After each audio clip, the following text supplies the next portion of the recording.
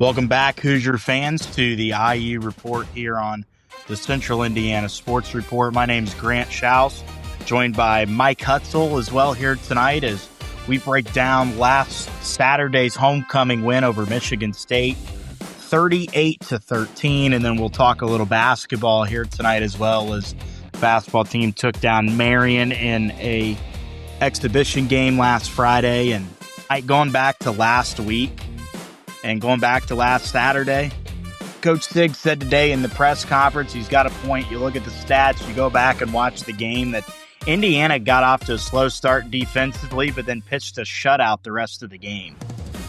It was almost a carbon copy of the year before against Michigan State. It was kind of eerie how it played out. Indiana did score once to match them. They got down 10-0 last year, but Michigan State was pesky. They were converting third downs. It was the exact same script that we saw in East Lansing last year. This year, once Indiana hit like I've said it many times, once they put the foot on the gas, not a lot of teams can keep up with them, and we saw that again on Saturday. Seriously, that offense is so efficient, and it shows when you have the best quarterback in the country. I know we said it the other night, but I haven't seen a quarter. I know, again, we've been saying this. We're obviously biased, but I don't think I've seen a quarterback better this season than Fernando Mendoza. He goes for 24 for 28 through the air the other day, 332 yards, 4 touchdowns through 4 incomplete passes throughout the entire game. It was probably the best game he's played all year. I think even maybe better than like the Indiana State game when they dominated 73-0. He hardly made any mistakes, and that's what good football players do. That's what Heisman Trophy candidates do. I've seen a lot of talk this week where the Heisman frontrunner allegedly right now is Ty Simpson at Alabama. There's no way. And Ohio State fans are really talking up Julian Sayin, the redshirt freshman who's got 19 touchdowns and I think 3 interceptions on the season.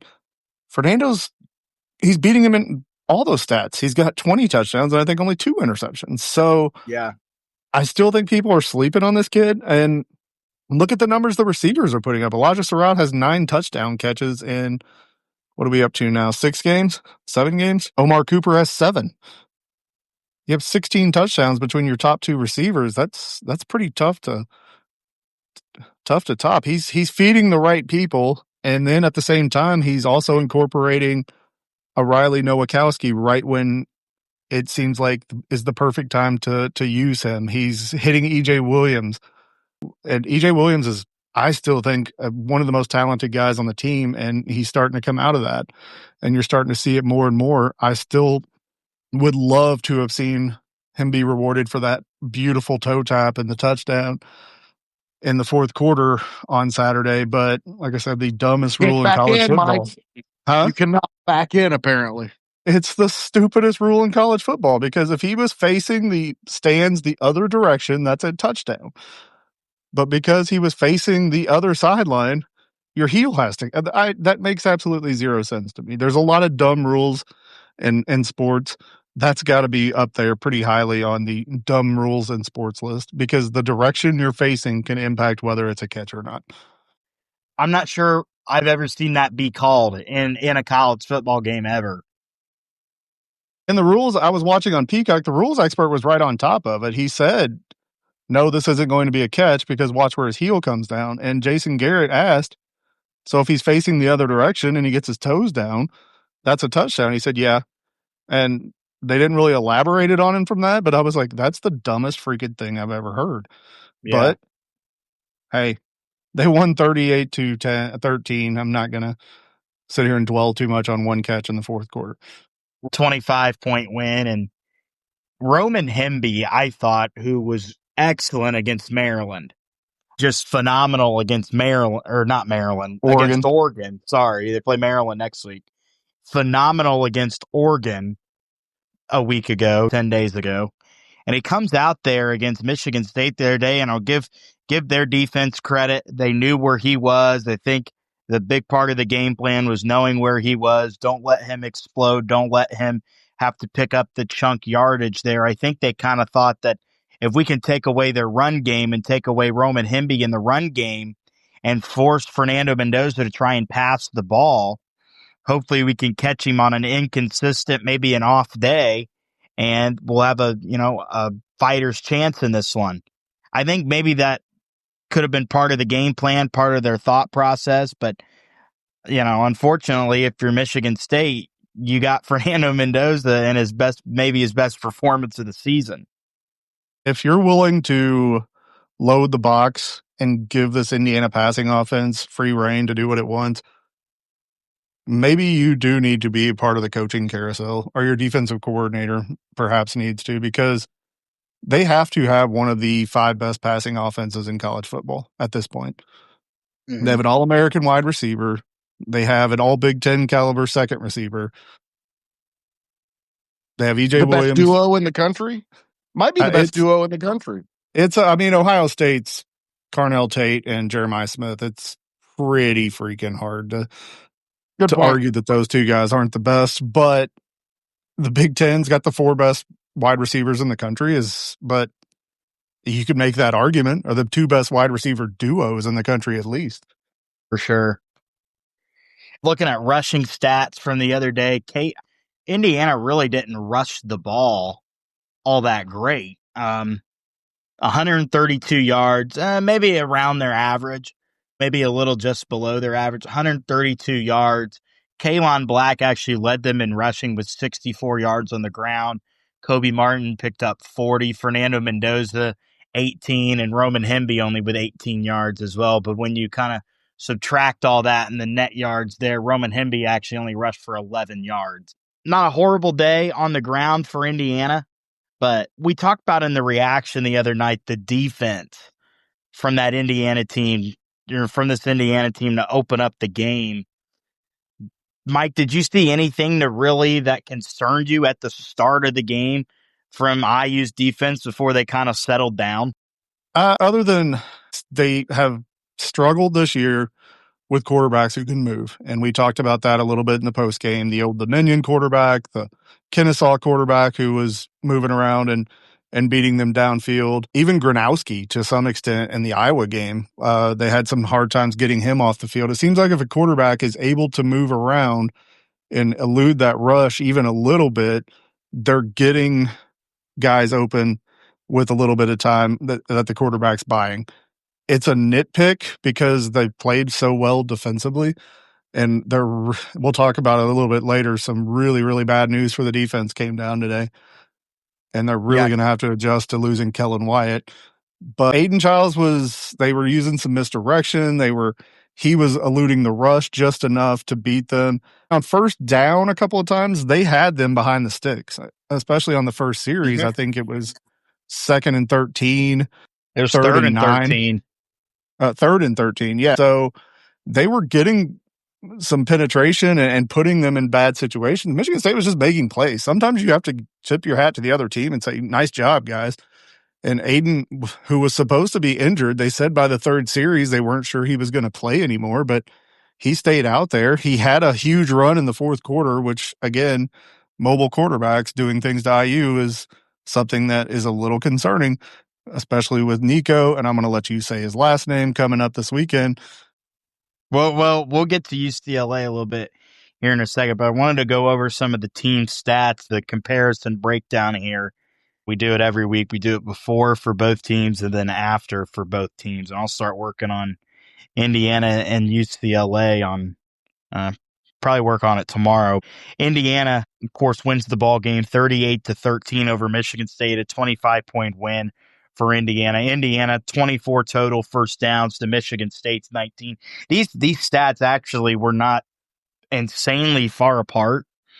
The scoreboard shows a 25-point win for Indiana, but the stats don't necessarily show a blowout. They show a dominating Indiana performance, but not a blowout. Indiana rushed for 8 first downs to Michigan State 6.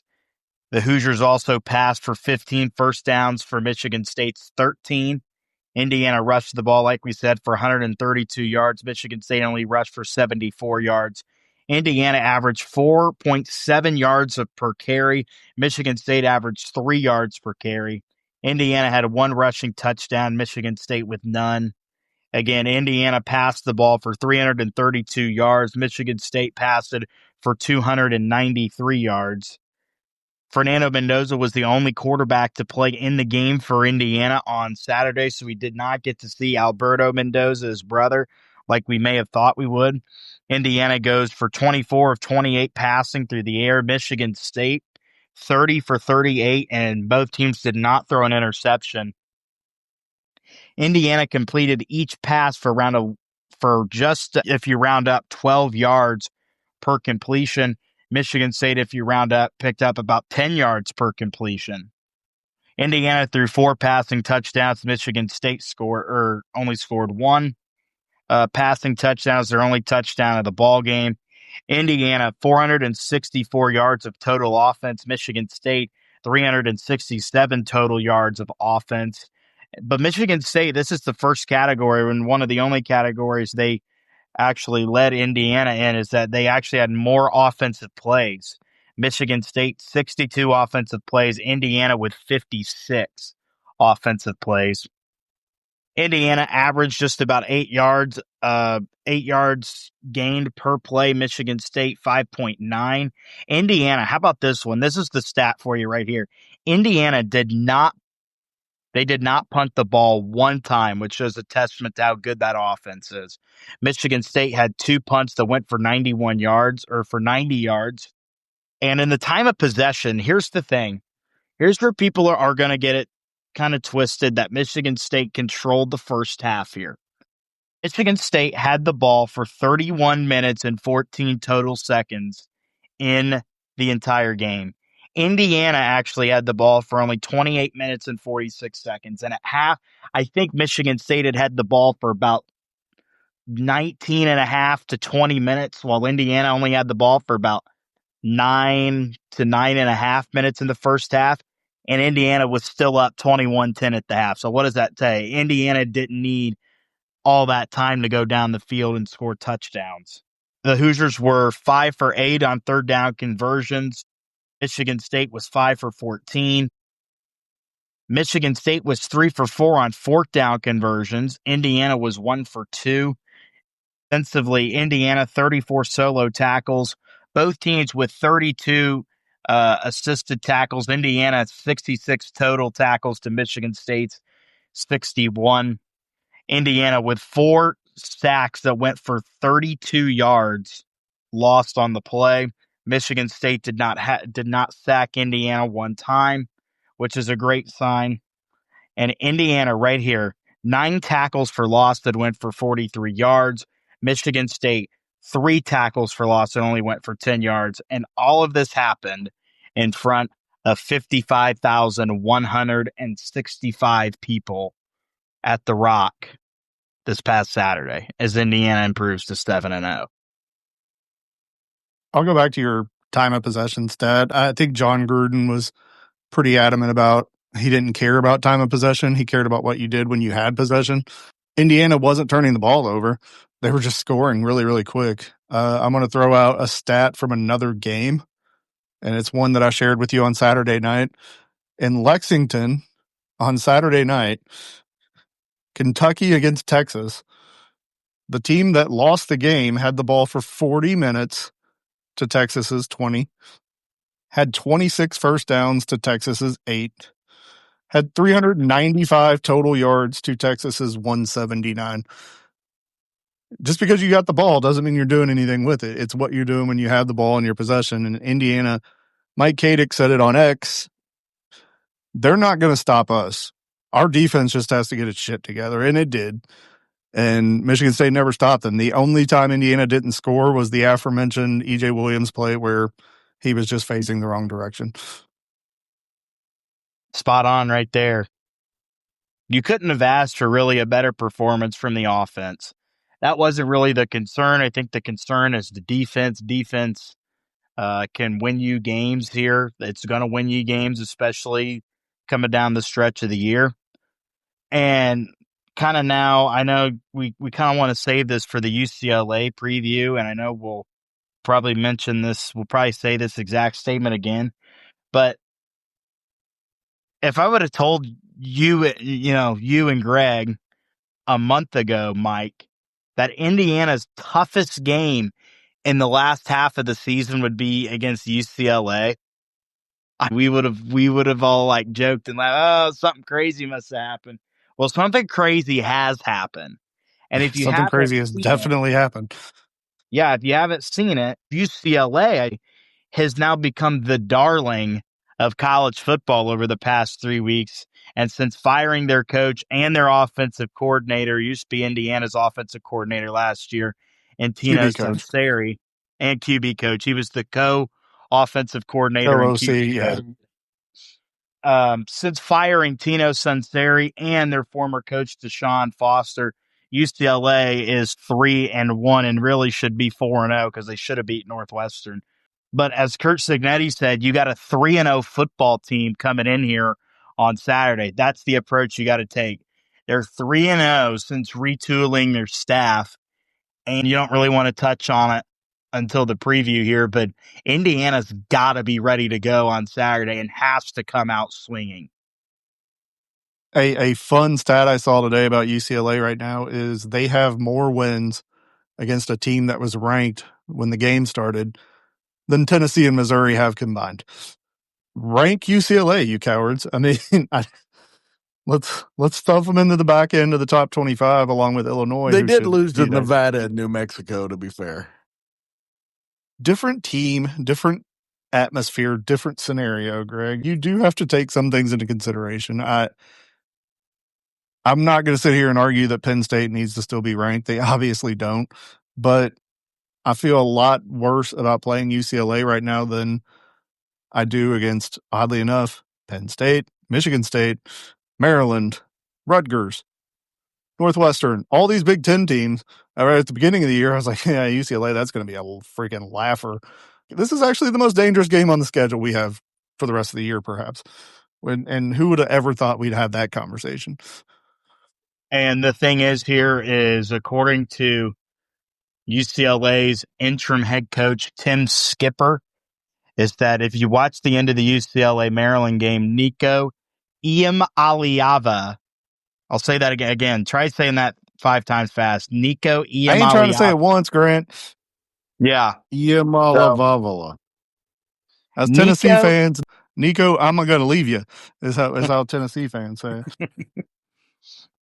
Kurt Cignetti in his presser wasn't even going to try to pronounce his last name today. He just kept calling him Nico. But Nico got banged up at the end of the Maryland game on Saturday night, came back in and actually finished the game, and actually led them on a drive to set up the game-winning field goal. You guys probably know this from playing sports, but in those kind of situations, adrenaline can kind of carry you a little bit. So I'll be curious to see if a lot of that, what he did, was kind of adrenaline driven there towards the end where he led them on that drive. And he's not necessarily questionable, I would say, coming into this game Saturday, but they're not sure on how 100% he is. And they said they would know more Monday night, and haven't heard anything yet, but I would expect him to play on Saturday. But I just wanted to throw that out there, that Nico Iamaleava got kind of banged up there, and so we will get a status on when he's going to play, but I would expect him to be available on Saturday. You know, one of the most shocking things you said in that whole segment there where you talked about Nico was that UCLA's interim head coach is Tim Skipper. It's not Rick Neuheisel's kid. That's what everybody's talking about right now, is Jerry Neuheisel, the most punchable face in college football. But he's getting all the credit for what's going on right now, and he's done an amazing job. But I guarantee the layman sports fan is going to think that's the head coach because he's going to be on camera 90% of the time when they show the UCLA sidelines. Tim Skipper is getting no credit for this, and that's bad for Tim Skipper because he's doing an amazing job. Mm-hmm. And I've listened to him talk here, like after the Maryland game, and then I watched his press conference today. He's a likable dude, you can tell. He kind of brings an energy there around the program, kind of And as an Indiana fan, UCLA fan should be aware of this. He kind of reminds me a little bit of Tom Allen and the energy he kind of brings, not in terms of trying to spread the LEO, but just the positive attitude you're trying to bring to the program, because you're trying to light a spark in these guys. Because at this point in the year, they're sitting at 3-4 after it looked like we seriously thought that they were going to go 0-12. Seriously, did we not say on here that they might everybody go looked at their schedule and said not a win in sight at Penn State? So they are rejuvenated, and now they have all the confidence in the world where they're trying to play for a postseason, even at 6-6. That's a huge turnaround for UCLA. So they have a lot of work to do. So credit to Tim Skipper, who's probably, even if I think you lose out or you maybe win one or two more and just come up short of bowl eligibility, is probably going to get the interim tag removed and just be made the full-time head coach. Here's something that I will say makes me feel a little bit better about Indiana's mindset going into this game. First of all, I don't ever think Curt Cignetti's going to let a team come in and take another team lightly. That's not happened in his year-and-a-half tenure at IU. But Curt Cignetti is almost Kobe-like in that he wants to find the slightest thing to motivate him and just assassinate someone else. UCLA fucked over his boy. Tino was his guy. Yes. Tino coached with him. He came up through the ranks with him. And Jerry Neuheisel, Rick, his dad, kind of back-channeled him into that OC job and got Tino out. Tino was going to stick around after the coaching change, but all of a sudden, 4 days before the Penn State game, Tino was out. And I think Sig's going to be like, nah. He's like Dom in Fast and the Furious, man. You don't mess with his family. And he's, I think this is going to be the slight that he needs to motivate himself, to motivate his staff. He's going to be like, Shanahan, your boy. That was the guy you came up with. You've been coaching. You caught passes from that guy at Pitt. You going to let them do this to him? No, it's not happening. Haynes, there's no question that that's happening. I really have been thinking about that for the last few weeks here. Is that going to be one of the extra motivating factors? And think about it. Is that going to be one of the extra motivating factors for guys like Elijah Surratt and Omar Cooper and Kaylon Black? You know, think of all the offensive guys Indiana still has that played for the dude, you know, and know the dude, right? And I think that's going to be a motivating factor. There's no question about it. I like that approach. I'm glad you brought that up. And Haynes isn't going to let a guy that looks like Sunshine from Remember the Titans run roughshod on his defense. I just can't see that happening. And also, I wanted to say this before we move on to talking basketball here, is that I think the motto Indiana should approach this week to Michigan State is shatter the glass slipper. Shatter the glass slipper.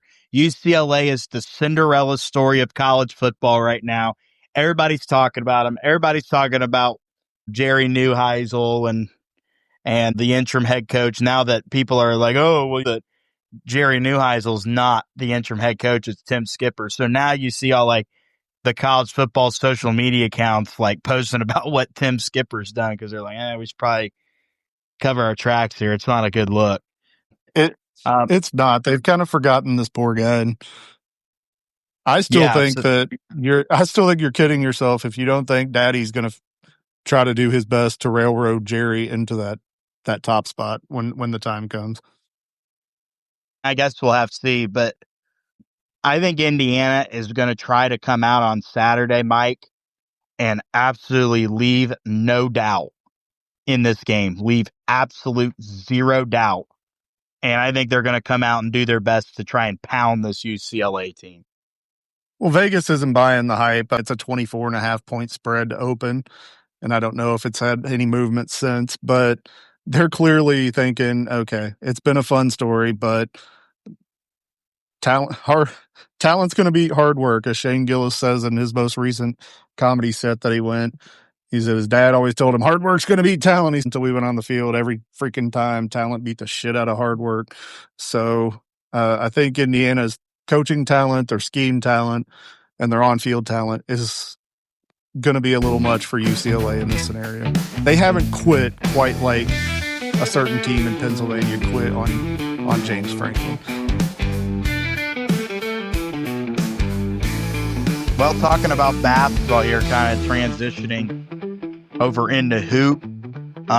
Like we said last week, they're getting ready to start a basketball season, Mike, and nobody really cares. That's unbelievable. I am a sicko, Grant. I'm not going to lie. I had the varsity app open on Friday night. I was actually listening to that game. So as much crap as I've talked about, who cares? I was actually in my car driving to pick my kid up from a football game and listening to Don Fisher on that one. So a lot of things to like. As Pat Knight said, we finally got a coach's kid who's worth a shit, which was a hilarious line by Pat after the game. And a lot of things Brilliant. other than that. Trent Sisley, huge performance in his Assembly Hall debut. The offense itself, 15 3-pointers. That was a month for Archie Miller. They played at Illinois a couple years ago with Woodson and didn't hit a three in a game. Only shot 6. Unbelievable. They shot 6 by the under 16 timeout on Friday night. It's just a completely different mindset. Once the fans start watching, I hope they can get behind this team, even though they don't know a lot about them and there may be some early struggles. I really feel like this can be an entertaining team just from the style of play that they're going to put out there. They may not win. Right. They may not win as much as we want them to, but they're going to be a hell of a lot more fun to watch than they have been for, let's face it, 8 going on 9 years probably. It's better than the alternative. Like we could be getting ready to go into year number 5 of the Mike Woodson era. And again, it's way better than the alternative, but there's obviously still going to be some things that are going to frustrate you. Lamar Wilkerson is, from the little bit of film I saw, too much stand around, too much just jack threes. We've lived through that. We've already lived through that with guys, and I get it. It's an exhibition game. They're playing Marian. He could have played Drew Snively and Ian Stevens for an entire half, and they still would have won convincingly. But again, impressive work. Reed Bailey starts, scores 10 points. Tucker DeVries scored 23 points on 7 of 9 shooting, and then was 5 of 7 from 3-point land. And just looking at him, this is a guy that, and if you watch the entire Pat Knight interview after the game, said that the Pacers were looking at him when he was at Drake and before he transferred to West Virginia to follow his dad last year and was hurt, maybe not hurt for that season last year, is that they thought that he could be an early second-round draft pick, early to mid-second-round NBA draft pick. And he has a big opportunity here to raise his draft stock a little bit. He's going to do a lot for himself.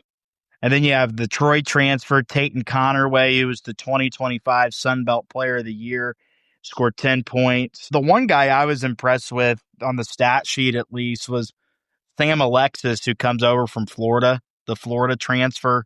13 points, grabbed 10 rebounds the other night against Marian as well. And then Trent Sisley, 23 points off the bench.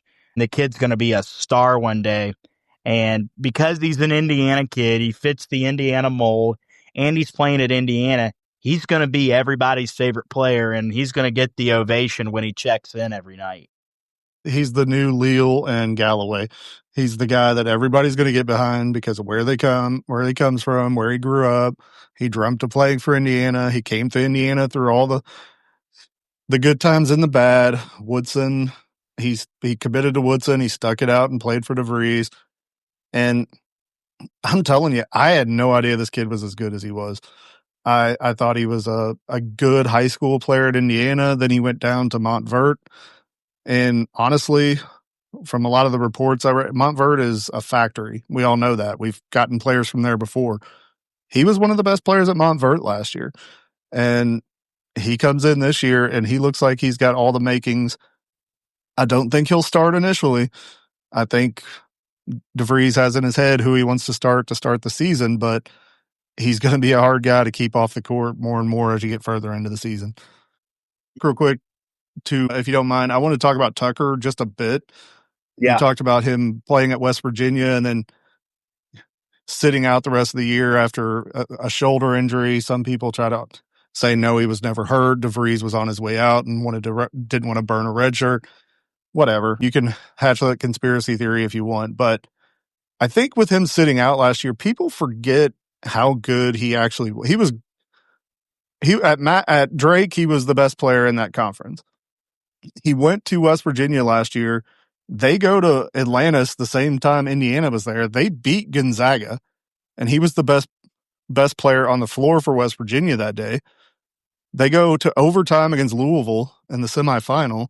He has a great game, and then they beat somebody in the consolation bracket. I don't remember who. West Virginia was having a really, really good start to the season until he went out. It's almost like he fell off the radar so far because everybody and their mom wants to talk about Ben McCollum and Iowa and everything he's bringing to Iowa. Oh my gosh, this guy's a genius. He's a savant. He's bringing Bennett Sturts to Iowa. Bennett Sturts has never played above the Moval. Tucker DeVries has. And we've seen Tucker DeVries excel against Gonzaga. We saw Bennett Sturts beat Missouri in an NCAA tournament game. I'm not here to shit on Bennett Sturts, but I feel like people are sleeping on Tucker DeVries and the impact he can have as an upper class transfer coming in to play one last season of high major basketball. They are sleeping on him, and he's going to be the Fernando Mendoza of the basketball team. Hey, let's hope you're right.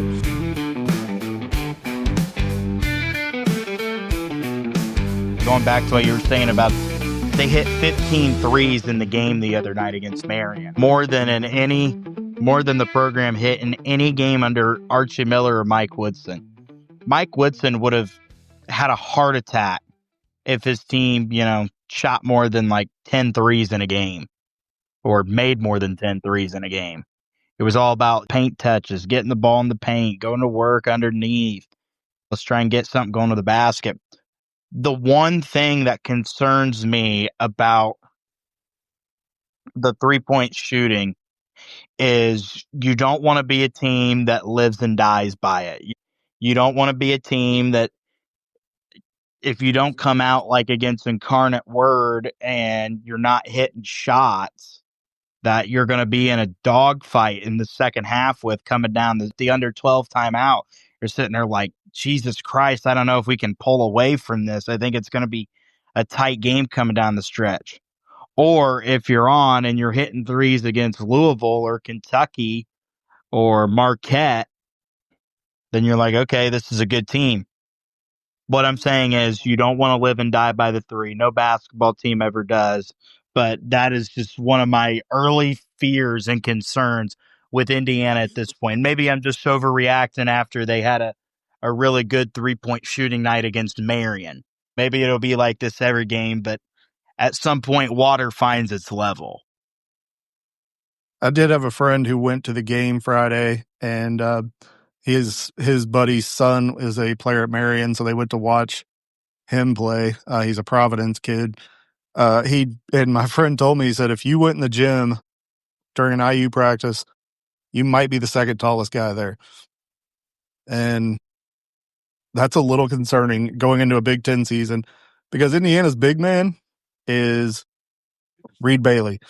He's not a traditional big man. He's a put the ball on the floor, can stretch it out, shoot a three when he needs to, grab the ball off the rim and take off. He's not going to sit back in the paint and block a shot if Braden Smith or somebody from Michigan, Michigan's Yaxel, whatever, he's not going to block that guy. Yaxel Luxembourg or something, I think, is the guy that Michigan got out of the portal.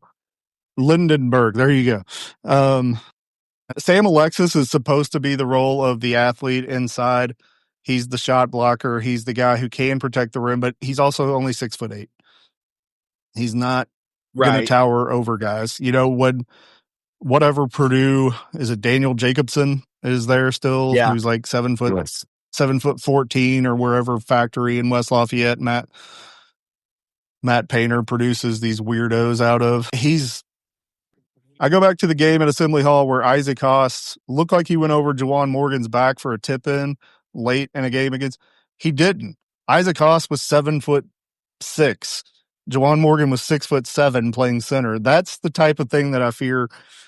You could get away with it when you're playing these bye games in the non-con, but when you're going up against Michigan State, Illinois, Purdue, these teams that have these, I'm not going to say massive front courts, but they've got size in the front court. Indiana did not spend big on a big man in the portal because they didn't like the price tag. The name that just immediately comes to my head was Frederico from Texas Tech. It was rumored to be coming to Indiana. He'd have been a 6'10" rim protector, but Indiana didn't want to pay the price tag, and I don't even know where he ended up. So Indiana, DeVries didn't have a lot of size last year at West Virginia, and he did okay. Should have made the tournament, but Bubba Cunningham flexed his muscle and got North Carolina in instead. So that's my biggest concern with this team is there's just not a lot of height. Grant, you would probably be the fourth tallest guy in the gym if you came into an IU practice. That's a little nuts. That's a big over exaggeration there. Just by the way, Mike, that particular Purdue weirdo that looked like you went over the back was Matt Harms. Who's I say Isaac Haas? Isaac Haas, yeah. Sorry, I confused my 7'6". I'm saying Isaac Harms. I mean, let's just. They had like a run of 7'6" guys with double A's in their names. So my bad. The flock of seagulls, dude. And the thing is with this Indiana team is we're not going to really know much about them until next Sunday after the Baylor exhibition game at Gainbridge. And shout out to a good friend of mine, maybe not a friend, but kind of a role model, I should say, kind of a role model in my young adult male's life, guy by the name of Greg Tonigal, who is the head men's basketball coach at Indiana Wesleyan down the street from my house. His two sons go to Oak Hill. I've watched them grow up. They're going to be great basketball players. Greg is really good friends with Scott Drew, the head coach at Baylor, and they talk a lot.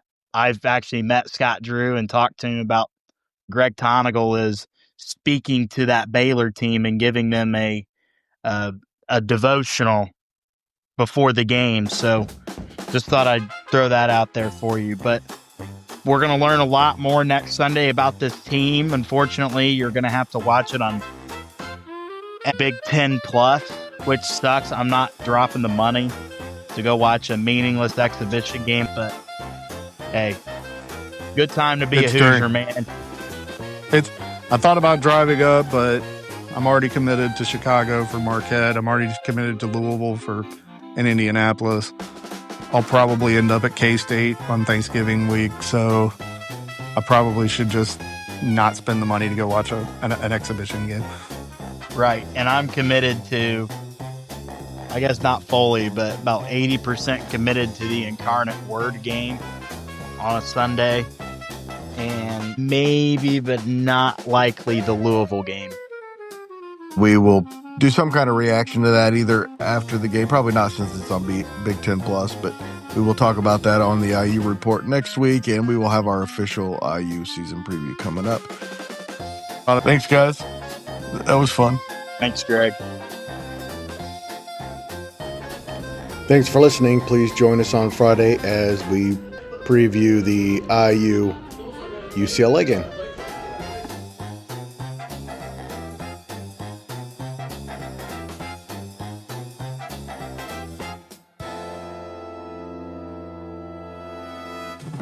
Central Indiana Sports Report is brought to you by ITG Media, and I love Susie.